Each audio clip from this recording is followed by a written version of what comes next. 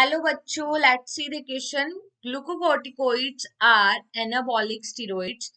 देखो, क्वेश्चन में बोला गया है कि जो ग्लूकोकोर्टिकोइड्स होते हैं क्या वो एनाबॉलिक स्टेरॉइड्स है, और हमें बताना है कि ये स्टेटमेंट ट्रू है या फॉल्स है। तो देखो, अगर हम इस क्वेश्चन के अंदर की कंसेप्ट के बारे में बात करें तो हम देखते हैं कि जो ग्लूकोकोर्टिकोइड्स होते हैं, ग्लूकोकोर्टिकोइड्स ये मेनली सिक्रीट होते हैं एड्रिनल कॉर्टेक्स से। ठीक है, सिक्रीट फ्रॉम या secreted by adrenal cortex, right. और जो मेन ग्लूकोकोर्टिकोइड होता है that is known as the cortisol. Cortisol जो है वो मेन ग्लूकोकोर्टिकोइड होता है।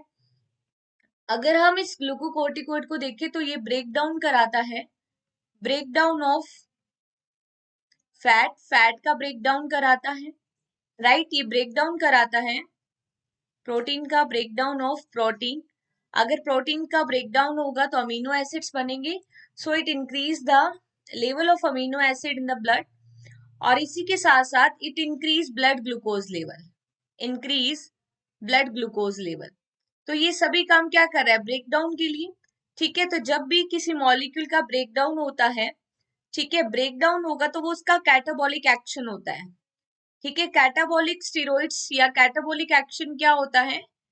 तो इसमें हम देखते हैं breakdown of large molecule, breakdown of large molecule into simple molecules, into simple molecules.